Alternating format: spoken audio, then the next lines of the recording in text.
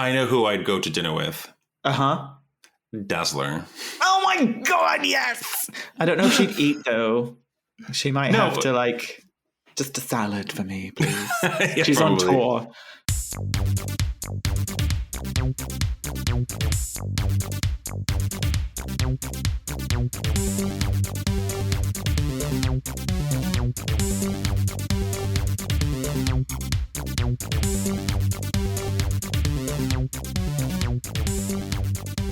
Hello and welcome to Incomplete Geeks, a gay geek podcast where we explore various different geekdoms. Sometimes we're the experts, sometimes our knowledge is a bit incomplete. I'm Nick, that's John. We're talking 60 years uncanny... We're talking 60 years... 60 uncanny... Let me do it again. Yeah, I'm sorry, Nick. I was talking... Shut up! Fine, go. I'm Nick, that's John. We're talking 60 uncanny years with two very canny queers. Oh, I like that one. Okay, we'll keep it. Do you want to keep it that way or just... No! We'll take out all the fucks. Or leave them in. I'm trying to just do an ad-lib rather than like overthinking it because they're not funny. So thinking doesn't make them funnier. So let's just get... And even when they were funny, you don't laugh at them anyway. Or I don't. Sometimes do. Right. I'm just going to... Welcome. It's episode... 33. 33. I know. We're coming close up to my age. Well, I mean, yeah. This week, we are going to talk about the 60th anniversary of Marvel's Merry Mutants. I wanted to call them something gay, but I think you called them Merry, so... True. Marvel's Merry and Pippa Mutants. It was their 60th anniversary live stream event last night at time of recording. So we're going to talk a little bit about it and a little bit about X-Men, and because why not? Because why not? I think I was thinking earlier.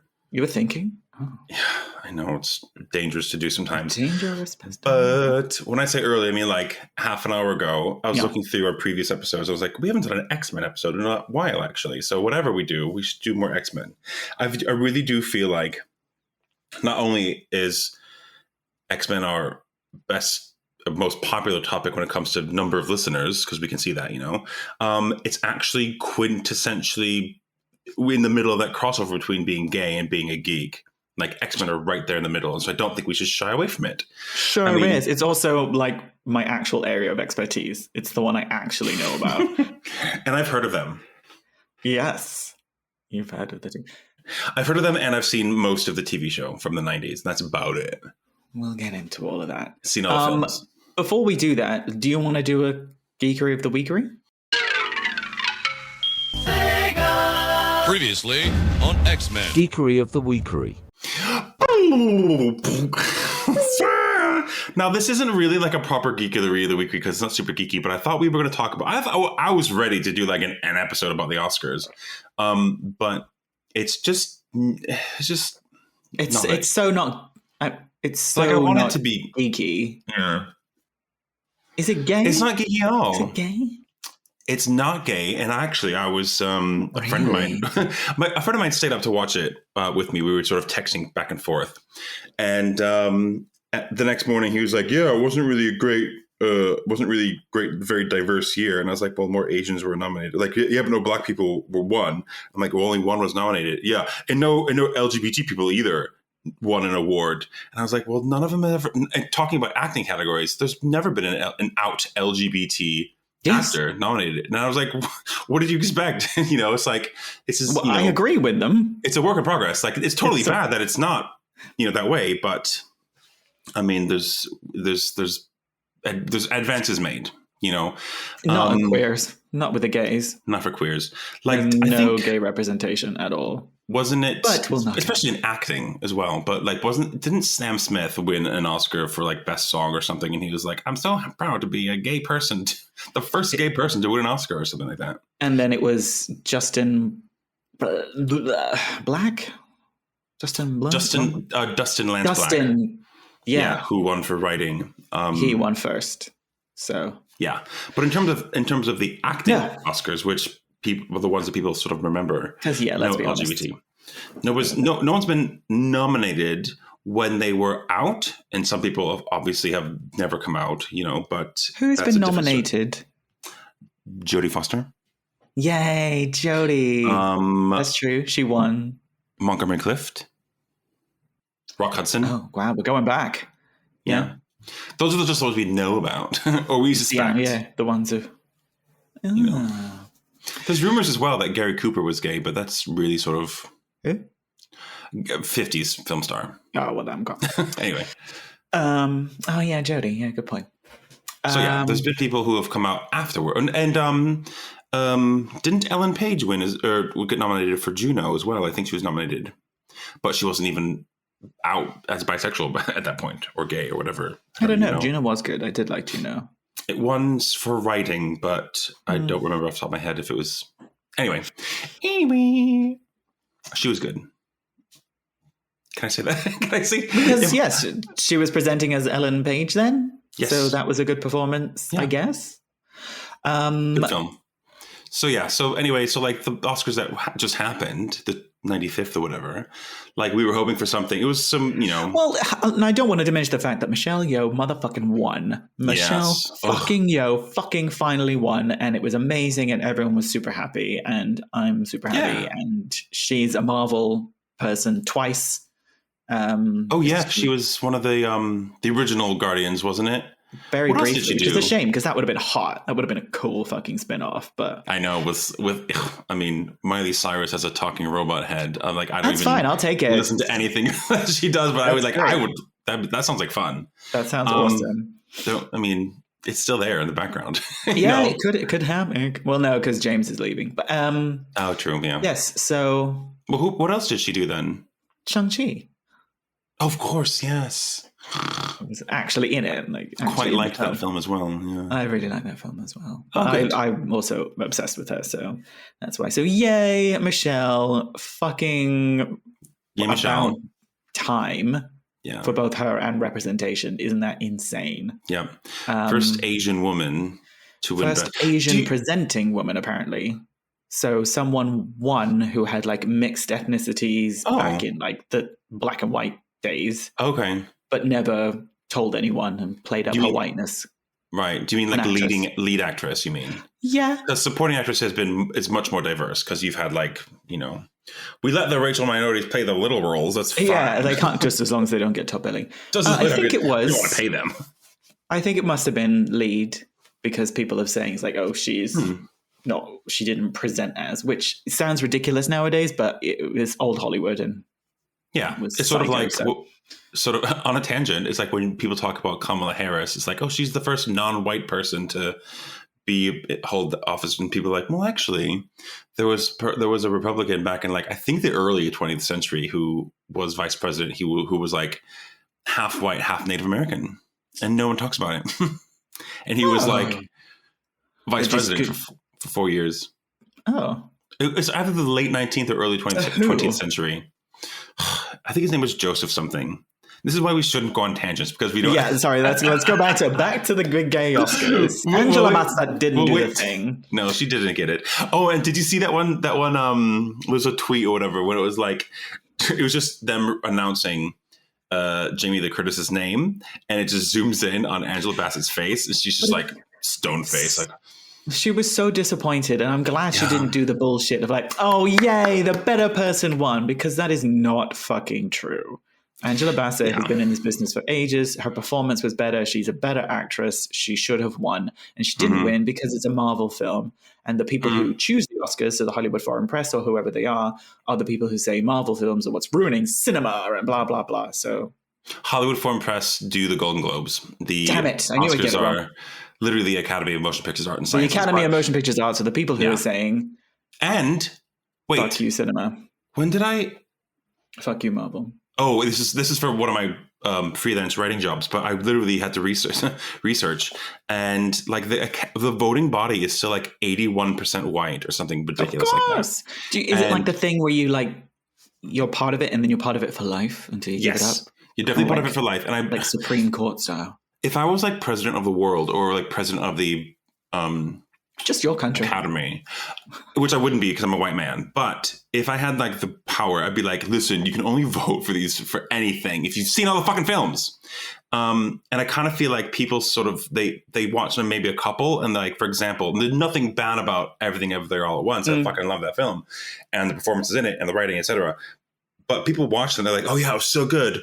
I'll just vote for everything that I can see, that it's nominated for.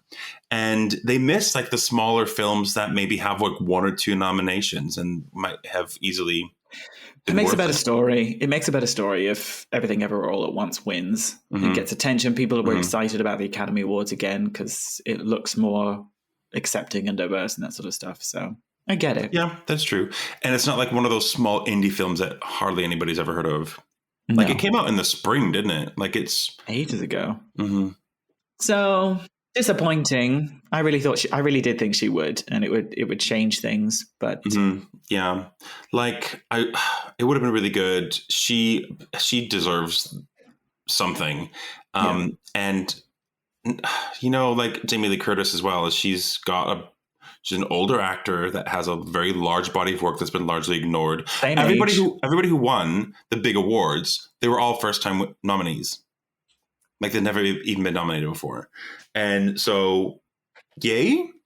But also, But also her film, Jamie Lee Curtis's films have been shit. Like, which ones has she done that's good? True Lies. Have you seen True Lies? The whole started in the thing. 90s, yes. Love it. Hoverplane and Faith was in it. What? Faith was in it. Faith was the daughter. She was the daughter, yeah.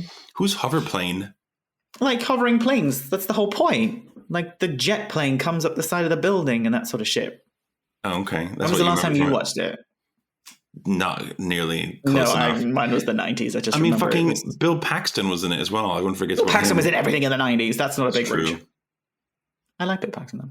Anyway, so is what it is. It wasn't gay. Rest in peace. It wasn't geeky. Which one's Bill Paxton? The one who died. Bill Pullman. Bill Pullman is still alive. He's performing somewhere in London. I saw him on a poster. I was like, he's dead. Oh, wait, no, different Bill P. It's a different one. Bill Paxton's Twister, right? Twister, yes. That's the other one I was thinking of. It's a bit snarky. Also, classic 90s film. Yeah. I think the Oscars were very safe. And I don't want to say that I was disappointed because I quite liked the fact that they were enjoyable, but also nothing crazy happened. So we don't have the opportunity to complain. Yeah. Like that the world's falling apart or like, oh my gosh, the Oscars are so bad. But like, it's fine. It's fine. I'll go with it. It was a nice one. So yeah, there we go. That's it. That's my Geekery of the Weekery. Back to you, Nicholas. Was there another one? What about the rumor that I shared with you? What about? Oh, earlier on today. We have more Geekery of the Weekery. We could make the whole episode of Geekery. Let's do another Geekery of the Weekery. Previously on X-Men. Geekery of the Weekery. Again, you want to do it again? I love it. So our second Geekery of the Weekery is a rumor I saw on TikTok and shared with you. Have you watched the video now? I did actually, and that poor woman. Yeah, she was so emotional. She's done so many. Yeah. It's ridiculous. And I don't know what her name is because I don't know anybody's name on TikTok because I never look at their handles. Have you done any more like research or deep diving in to find out how true it is? How much do you believe it? I've done exactly zero research, but I do. Okay, well, neither do I. Okay, good. Perfect. It was perfect for this show then. Perfect. We're so prepared. Fantastic. We didn't bother to check anything. We'll just talk shit. If people haven't shut off by now, then they're not going to. Yeah, you're still here. You're still here. The rumor is... So tell us the rumor, yeah. Help me out if I can remember it properly. So... Yeah. I might insert the name here of the TikToker that I follow, who talks exclusively about the Song of Ice and Fire and the TV shows, mainly the books, that sort of thing.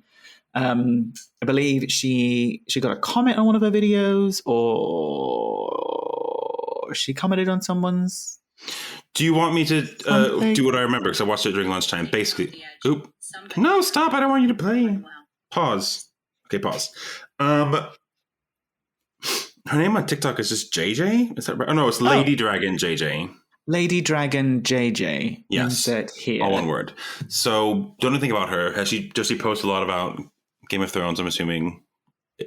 Yeah, she's great. Yeah, she's one. But she talks about the books and the stories and how they're different and the characters that they missed out and that sort of stuff and what she'd like. Right. Spin-offs and stuff. So it's fun to kind of just, since House of the Dragon, to kind of keep the conversation going about that's good. The lore and that sort of stuff. There's a load of them that she sounds like an expert. So. I definitely would allow her to be on the stand as if I was judge. I'd be like, yes, she's expert witness. Yes. From what I remember, she saw a post from the guy who does the artwork for a lot of the book covers, and I don't know if she posted a comment or like a reply to that, and then the person who does the artwork followed her back, and then she sort of dug into it a bit more and starts seeing all the other replies that this artist is replying to other people saying, oh my gosh, this great artwork. Is this fan fiction, or are you actually is this the actual cover?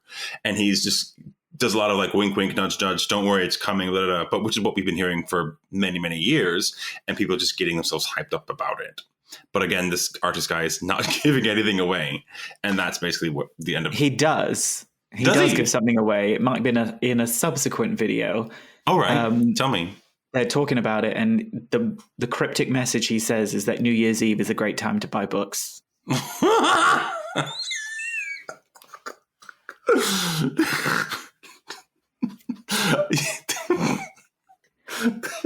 Which this could all be crap. We've done this before, but I don't think if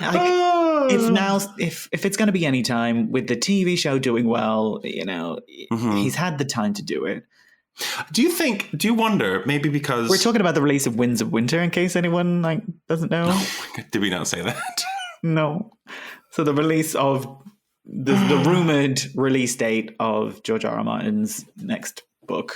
Yes. So book 6, The Winds of Winter, and this guy did artwork.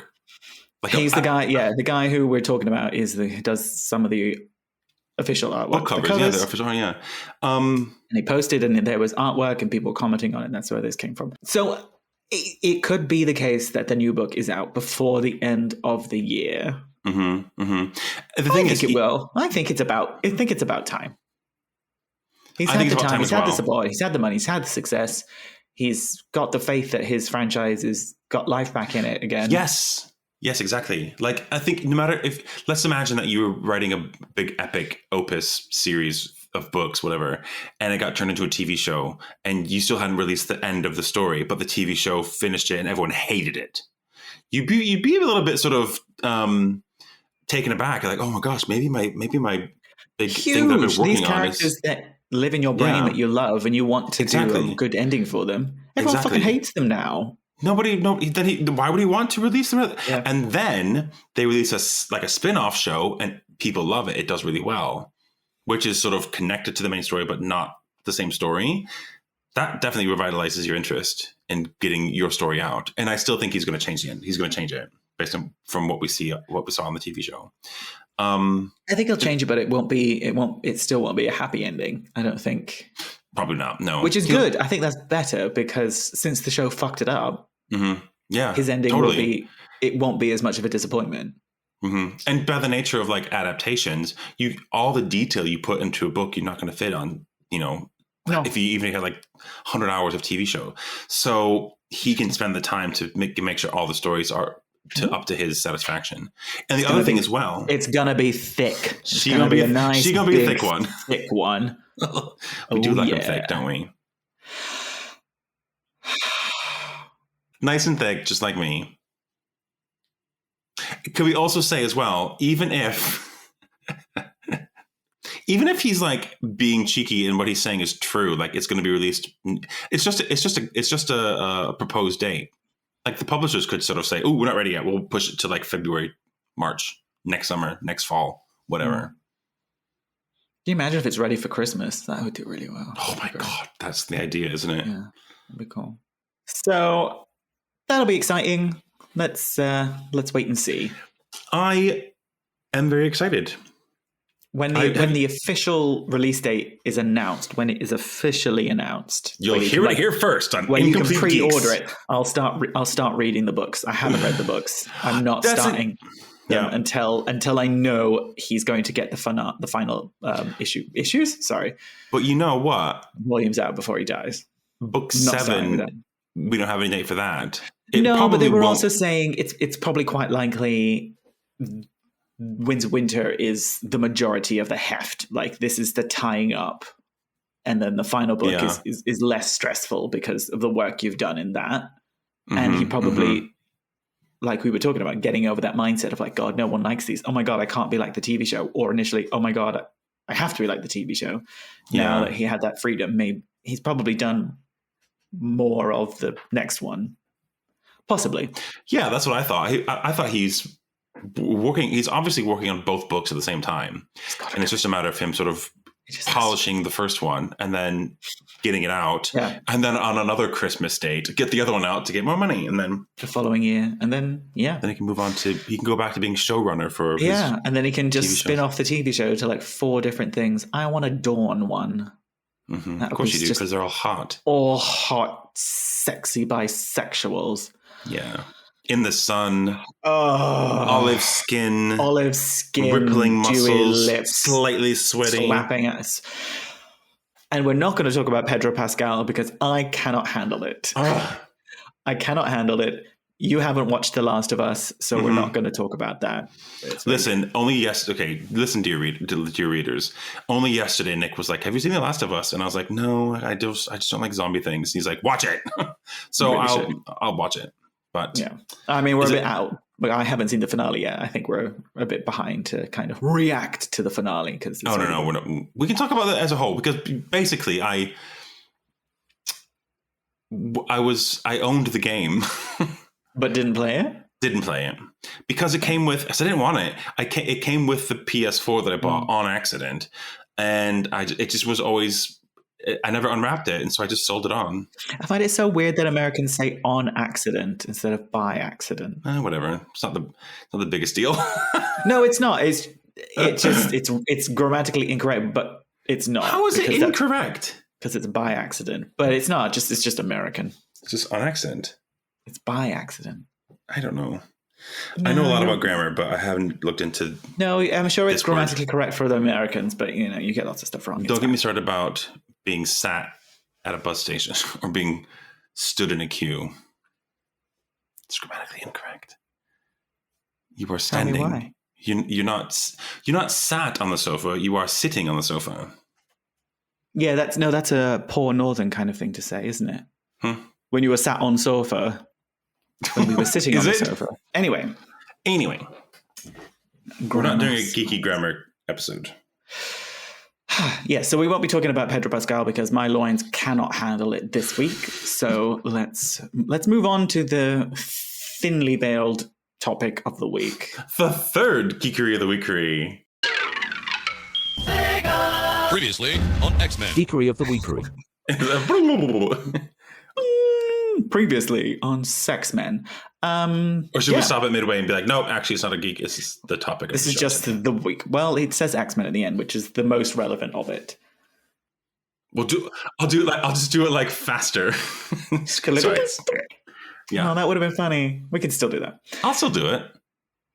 In July of 1963, Marvel released X-Men, non-uncanny. X-Men #1 by Stan Lee and Jack Kirby. So last night, or whatever, by the time this comes out, they celebrated 60 years since the release. I have a question. Was that the issue with the iconic issue with the cover of like Iceman and Beast and Angel? Yeah. Okay. Doing what? Being action heroes into the frame. Jumping and like bouncing and sliding on ice. I don't know. Flying. It's where Magneto's in like the left corner and like Iceman's throwing a snowball at him. Cyclops is blasting him. Angel's flying and like holding a missile, but just holding a missile. Like I don't know if he's caught it or he's throwing it.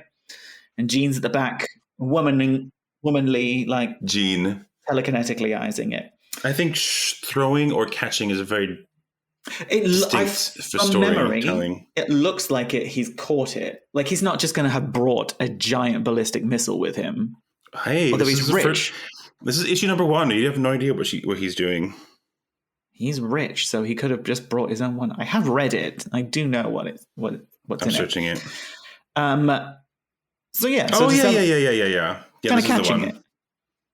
it. Is he catching it?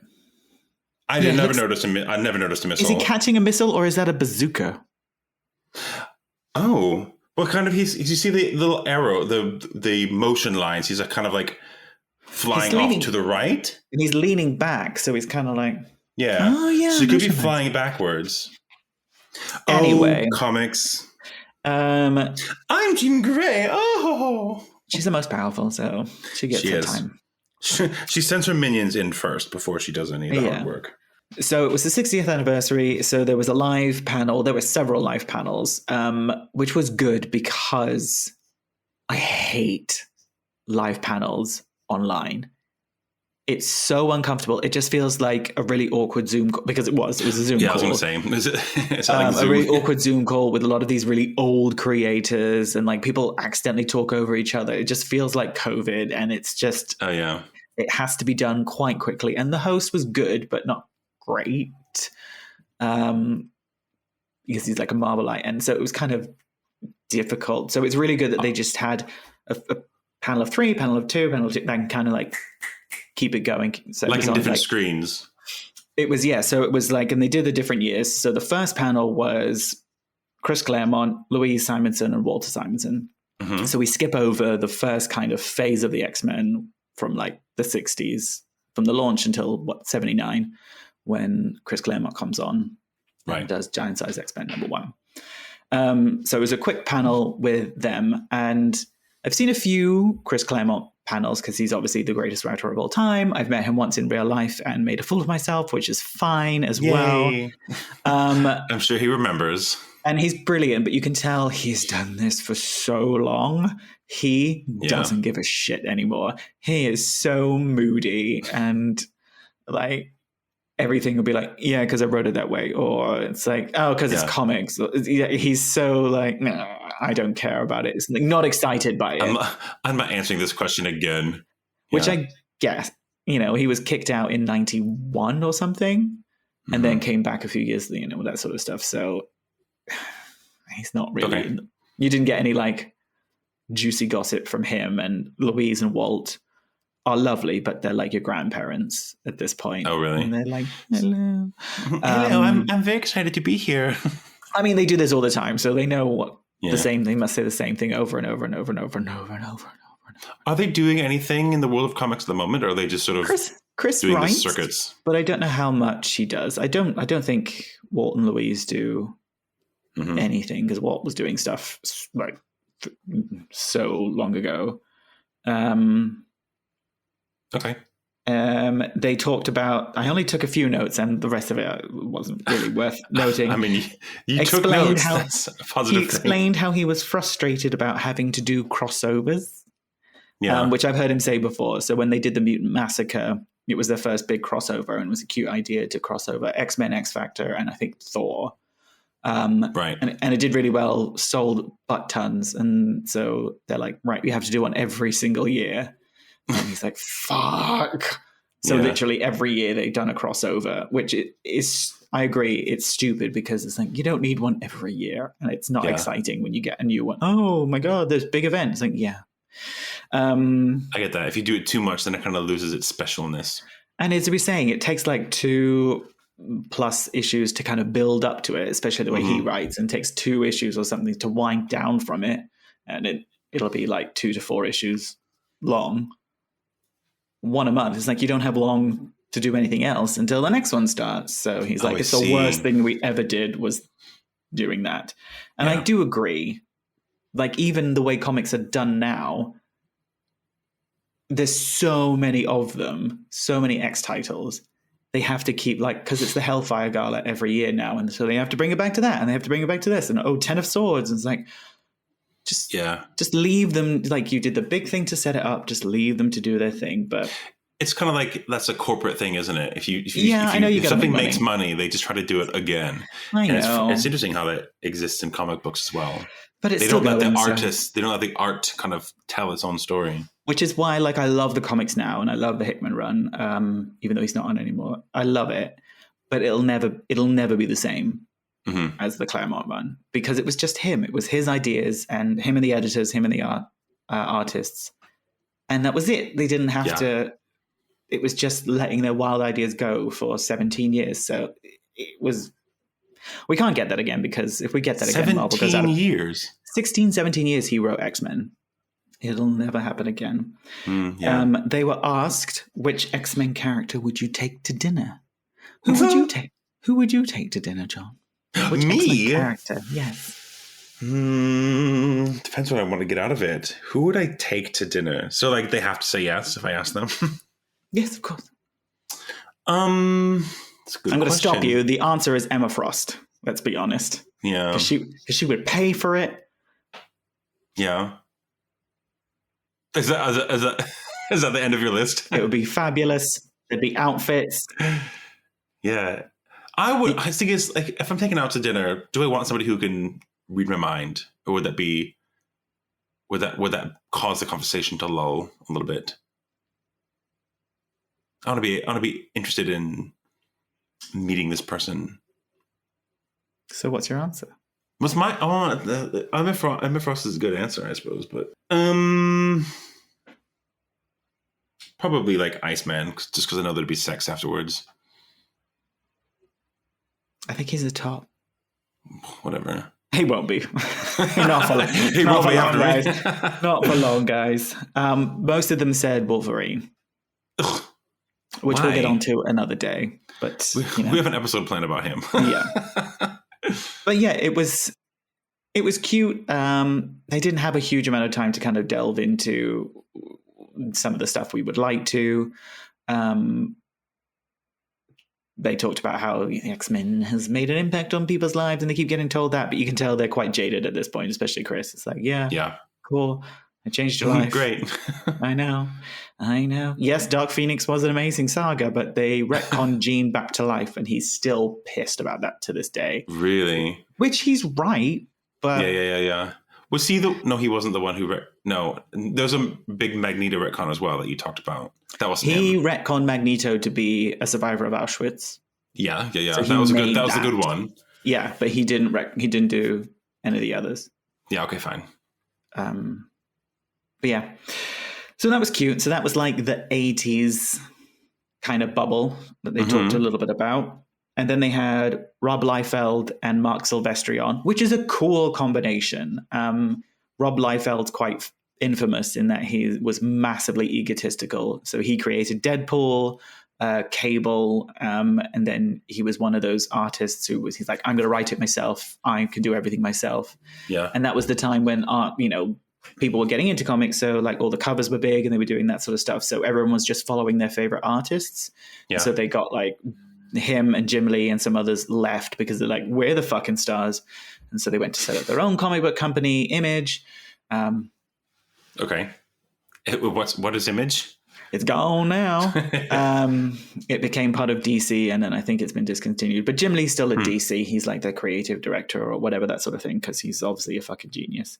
So he has this kind of like reputation of being this egotistical twat. He's the guy who always has people with like pockets and buckles and stuff, that very 90s look on comics. You'll see it if people are wearing pouches and sort of like armies and guns and shit like that. That's Rob Liefeld. Okay. But he was a delight. He was so like, it was the best time of my life writing for X-Men. I got to do this and it was so amazing and all this kind of stuff. He was so sweet about it. I was not prepared for that. He had a beat up copy of X-Men #1 that Stan Lee had signed for him. He's like, look, it's my pride and joy. It was really sweet. So he should protect that in like a cover. Well, he's like, it's like it was rated 5 and he's like, it is fucked, but it's still X-Men #1 that Stan Lee signed for me. Can I ask a question? What comic book story, what X-Men stories is Rob Liefeld known for? He kind of that creating Cable era of the end of the New Mutants. So, okay. And then they became X-Force. So creating Cable, Deadpool, and turning everyone into X-Force and that sort of stuff. That's his main thing. Executioner's Song, Extinction Agenda. Oh, I don't think he didn't write Executioner Song. And they all start with X's as well. Oh, yeah, because it was branded 90s crossover vibes. Yeah. But yeah, so Deadpool is that kind of thing. Cable, everyone's obsessed with Cable, who is hot, but whatever. And Mark Silvestri, who is a brilliant artist. He did so much of the 80s X-Men stuff. And they just talked about this, which was really cute. Okay, cool. And it's possibly one of the gayest moments was because there was a chat thing going, because it was Zoom, and it was just constantly messaging people up there. And Connor Goldsmith came up at the top, who's the guy who hosts Cerebro, and that because like someone said something, it would have been about like Madeline Pryor or Zaladane or something, who he talks about all the time, and they're like, "Oh, Connor, how are you feeling about that?" And he's like, "Oh, I feel great," and everyone's like, "Oh my God, Connor's here!" Ah! He's like the big gay influencer nerd, and everyone obviously lost their shit. I was like, "Oh my God, it's Connor!" And he asked Mark Silvestri a question, so that made it a bit gayer. That was nice to know that all the fellow gay geeks were all watching. They were watching. We were all watching. Oh, so yes. That was cute. I mean, the comics have changed their lives. They have. They're watching. Changed my life. Then they did a panel with the creators of the animated series. So they had the original producers and the writer-director guy, and then the guy who works for Disney. I don't remember any of the names. I'm really sorry. Who's developing X-Men 97 for Disney Plus. Yep. Kind of giving a little bit of insight that, about Pride of the X-Men, which we'll talk about because we're going to do a live watch of Pride of the X-Men, because that's going to be funny to get your reaction to that. It's so 80s. Okay. And how it got developed and all that kind of stuff, and where the new series picks up after the finale. So it is a continuation of that. Yeah, 90s. I think they said it continues like a few months afterwards, and it sounds interesting because some people are like carrying on, some are like maybe we want to retire, so that'd be kind of. You mean the X-Men? Yeah, or like some of the characters, yeah. And he's super gay, the guy who's running it, so yay! That's always good. What was this? It's like fingers crossed, gay. And then it finished with a panel with Grant Morrison and Jonathan Hickman, who are probably seen as there's Chris Claremont, Grant Morrison, Jonathan Hickman, are the three big influential X-Men writers. They kind of changed everything when they came in and did their revamp. Again, I thought Grant Morrison had this bit of a reputation of being a bit of a dick, but they were absolutely lovely. Yeah. It was a pre-record because they live in Scotland, so it had to be done beforehand. And they did their impression of what they think Cyclops would be like on the dance floor, and they put like Oakley's on, and he's like they'd be dancing like this, and they're having a great time. I was pleasantly surprised. Jonathan Hickman, not up for it. Did not give a shit. He was just really? Yeah, that's the same for me. Yeah, it was great. Yeah, it's written down. Yeah, I don't remember. Great. Yeah, thanks for your input. Thanks, Jonathan. Were they both in Scotland? No, Jonathan's just American. So it would have been just during the day. Yeah. Cool. So it was cute and nice, kind of like bits of the different decades of the X-Men. I had an idea that we should like go through the different decades and say which we think is the gayest, but you don't know them, so not the comic books. Well, maybe we'll wait for an X-Men fan to come on. I think we should get an X-Men fan. Are there any out there? I don't know. Are there any gay X-Men fans? Gay X-Men fans? I don't know. Come and talk to us about X-Men comics? Because I don't know anything. Have you read any gay people read an X-Men? I don't know if it's really for the gays. I don't know. It just doesn't really connect. It doesn't really connect to it, yeah. The same. So like, not for me. I don't really get it. Do get in touch. It'd be lovely to have some back and forth with someone about it. Yeah. No offense, Nick, but I'm sick and tired of talking to you about X-Men comics. Of course. I'm just kidding. You know what I really think we should do, and we can tease it right now. It's basically like, I want you to pick like a series, like a run, and we will read it. together on Like a live read. show. Yeah, like a live read. Like a table read. Like an audio drama. Yes, exactly. I will do as many voices as I can muster. I need to practice. And you do all the narration and like setting the scene and everything. And like describing the photo, the drawings. That'd be fun. We could do like we should. Key like iconic issues. Maybe we should let our listeners vote. Yes. For which one they want to listen Both to. of you listening. Both of you listeners. And let us know which issue you'd like us to do a live read of. I do worry we can't really do Storm. Can do the voice. No. I'll just make her really butch. Really butch sounding. Yeah, make her lesbian. No, that's offensive to have said that, isn't it? Damn it! I'm gonna get it wrong. Whatever. This is voices. I'm not gonna. I can't do an African accent. No, we'll I don't just think I'm complain. allowed to. Don't think I'm allowed to. Maybe it's South African. Any Black or African people want to be the voice of Storm? That'd be great. She's the only one that we're gonna have a problem with. Well, whatever we do, You can be people are gonna like complain. everyone else is white. She's literally the only black one. Yeah, I guess she That's is. depressing. Holy shit, Yeah. that's depressing. But was she one of the original ones? No, she's one of the second generation, so when it got good. Okay, fine. Okay. We'll cross that bridge when we come to it, because Storm will inevitably in it because she's fucking awesome. Yeah. Yeah, that'd be fun.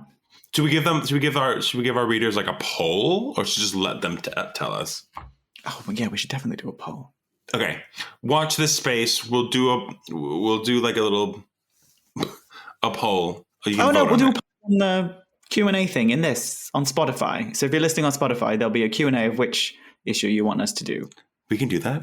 I think so. No one ever fills it in, and if we can't, I'll take that bit out. But I'm pretty sure we can. It's not the same thing as like click here to give us feedback or whatever. No. That's different. No, you can do interactive stuff, but only on Spotify, not on the Apple. If they are listening on the Apple, we'll give them another We'll do way something to on get in touch. social. Yeah. Basically, we'll come up with the ones that we can do. Perfect. Cool. Well, that's good. 60th anniversary. Was there a cake? No. Which X-Men would you like to bake you a cake? Who do you think is the best baker? No one's got like an X. You know what? No one's got an X-Men power of like, I can bake really well. I can make your taste buds explode. Like they're all sort of like massive omega level powers. There's characters like Prodigy who, after watching people do stuff, like absorbs all their skills and knowledge. So could easily be a world-class chef. Okay. Yeah. Good answer. Yeah. But also so could all the telepaths. Wow. They might know how to do it, but can they do it? Or they're just enslaving somebody else's mind. Do they do it? Does anyone have a reputation for like baking or trying to bake? Exactly. These are the questions that people should be asking. I can't think of any imagery of any of the X characters baking or cooking or trying to be that kind of person. No one does like home stuff. No one like goes to the toilet. They purposely kind of stayed away from that so they don't accidentally make a woman do it. Oh, really? Well, she's such does a anyone homebody. eat? Does You anyone see them eat? eat sometimes, but like they always do don't always. They've done a couple like Thanksgiving or Christmassy ones, but Okay. I don't know who cooks it. I know who I'd go to dinner with. Dazzler. Oh my god, yes! I don't know if she'd eat though. She might have to like just a salad for me, please. Yeah, She's probably. on tour. Yeah. She's on tour, yeah. It's like I can't. No alcohol. Like, And with you just my sort voice. I can't keep affect my my voice. voice. Yes. Although, do you think it's like we've talked about this before? Does she need to train her voice, or is her train like part of her innate ability? Like, does Colossus need to work out? She's still a singer. She can't use her voice to charge her powers. Yeah. Right. Okay. So her voice. Oh, so that's not part of her power then. No, she's just a singer. Right. Okay. There Why can you is. use that's a weird nerf. You can't Well, use your because own then voice. otherwise she can just charge herself up. It makes it easier. There has to be difficulties. She has to have other sound to charge her up. No one talks about this either, but Dazzler is like, because she can absorb sound, like she'd be the ultimate thief. Like she could They just have sort talked of about that. quietly. Oh, okay. There was an issue where she was chasing the Juggernaut on a motorbike, and so charged up her powers, and so absorbed all the sound around her, so he couldn't hear her, and he couldn't hear her coming. And she was like, "It's always weird when I do this bubble of silence," which is cool because that's the only time they've done it. I was like, "That's a cool." Really? Yeah.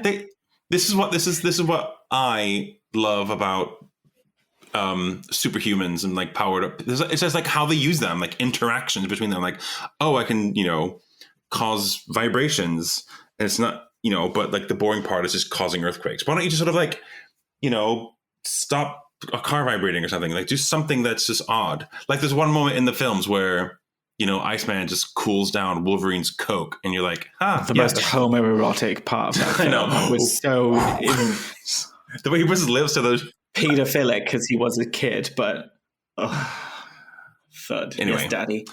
It's like, yeah, of course. Why not? So anyway, that's my answer. Dazzler. Yeah. Dazzler's great. I think that's fine. This is all yours. It was good. It sounds like it was fun. Are they? Is Marvel releasing any sort of special? No, they merchandise. They had some giveaways. And they had some like a code, and you get points for something, but you've got to be in America to be signed up to that Marvel Insider program. So I was like, oh. We should get like permission from Marvel. So fuck you if you're not an American. Wait, I'm American. Fuck you elsewhere. Okay, cool. They did say, because they had another one at the end. I've forgotten their names. Rewind. The ones who are doing stuff now, and I've completely forgotten their names. The only thing that was like super interesting is they mentioned that two characters that are going to get like an arc or some page time are Firestar and Magic, and I'm like, fuck off. I know Magic. I don't know Firestar. Magic. Yay, Magic. Firestar from Spider-Man and His Amazing Friends. No, I haven't seen that one. Sorry. We're doing an episode on Spider-Man and His Amazing Friends as well. Yeah, because that came shortly before the big X-Men cartoon. That was like 70s, 80s. Way before then. Okay, yeah. So... And I've never seen a single episode. We're going to do a live watch of one of those as well. Can we just watch cartoons? Can that please just be my job? That'd be great. Watching cartoons and talking about them. Yeah. Well, I'm sure we could. Yeah, we just have to make sure. We'll just have to live in a commune or something, so we don't have to pay rent. Or you could like and subscribe to Incomplete Geeks. Give us a follow on Spotify or Apple Podcasts. We'd really appreciate a rating. 5 stars would be very good. You can write into us. We have an email address is incompletegeekspodcast@gmail.com. We're also on the socials, both on Instagram and TikTok @IncompleteGeeks. That's right. And share this episode, share our podcast with your friends, but just to say as well, like we do enjoy doing this podcast, and we need your help to get the word out. So we'd love to hear from you if you like it. If you don't, we don't really need to hear from you. But thanks for listening. If you don't like it, just talk to me, because I need a good laugh sometimes. Yeah, I've got to say, I'm a little bit too sensitive for that. That's true. Well, but I understand. I do apologize. Like we talk a lot of shit, and we get stuff wrong a lot of the time. That's kind of the point. We are not complete geeks. But we are working on it. Thanks for listening. Bye. Bye-bye.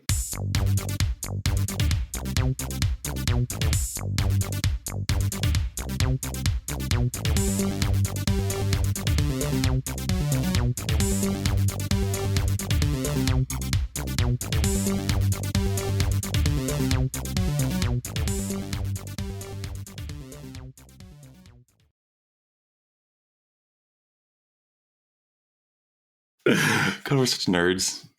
Yes. I think that one might need a heavy edit.